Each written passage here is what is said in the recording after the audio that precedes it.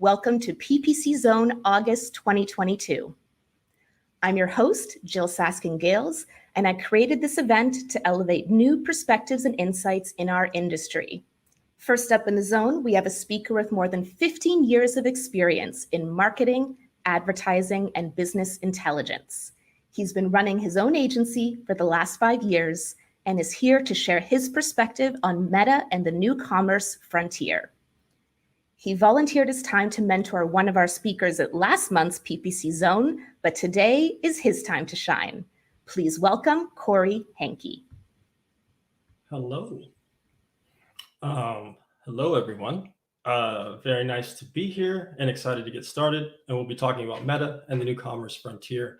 Cory Henke, as Jill mentioned, at our agency, we're primarily e-commerce. A big differentiator for us is the fact that we have really cool analytics tools. And I've been speaking for about 5 years as well across a variety of different conferences. And so today we'll talk about the social commerce landscape, Meta's IG shop, Meta's commerce manager, as well as what we see in the future. So first, let's talk a little bit about the landscape. What we can see is that social commerce sales have increased and will continue to increase to 2025 according to eMarketer, and large increases during the pandemic, and we will still see double-digit increases through 2025.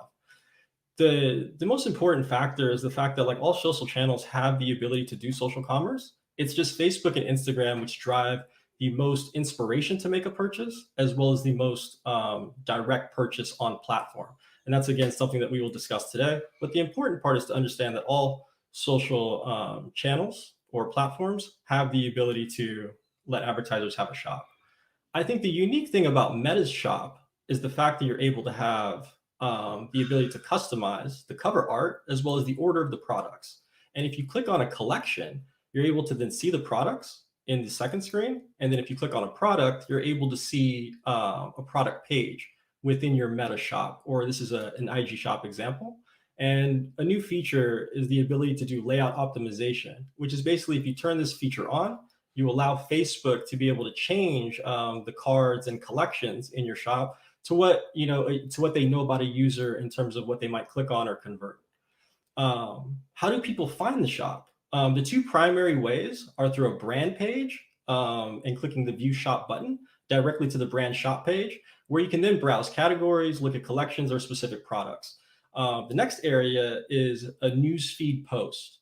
And that way you can click View Shop to end up on the shop core brand page, or you can click the actual product tag, which brings you into the actual product page, where you also have the ability to host UGC images as well as videos.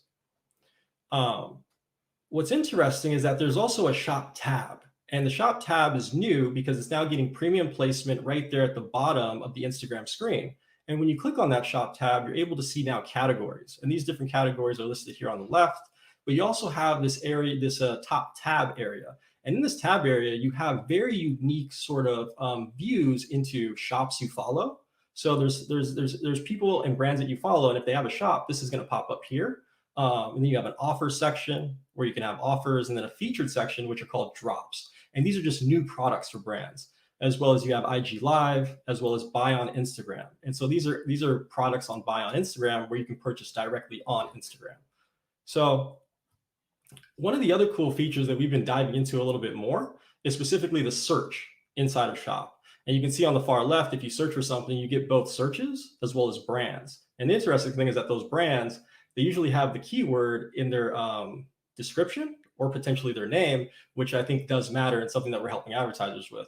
And the next screen, you'll see like when you search for a keyword, you can sometimes find other keywords that might help you from a blog perspective, content perspective, or just product development.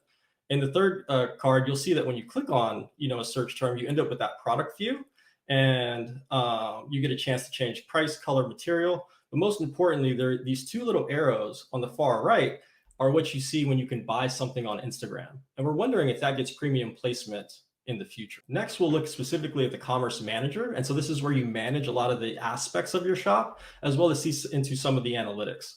So the first thing is that you get a variety of analytics, and Facebook does a great job of taking data that was inside of your shop and then marrying it to data that happened on your website. So they can see product views, clicks to websites, as well as purchases on your website from people who visited your shop. Now you can break things down by top posts, where visitors came from, but ultimately they want you to unlock more data by implementing checkout. The goal of Instagram is to implement checkout, and also the goal of Instagram is to get users to purchase on Instagram. And so this is a great way, by providing you more data, to get brands to implement checkout. This is one of the coolest features that I found, is the ability to look at followers versus non-followers in terms of how they purchase on your website. I think one of the things we've always tried to figure out is the worth of a follower. But in this case, I can easily show that within a month's time span, revenue has increased by 121%, and 70% of that revenue can be sourced to followers versus non-followers.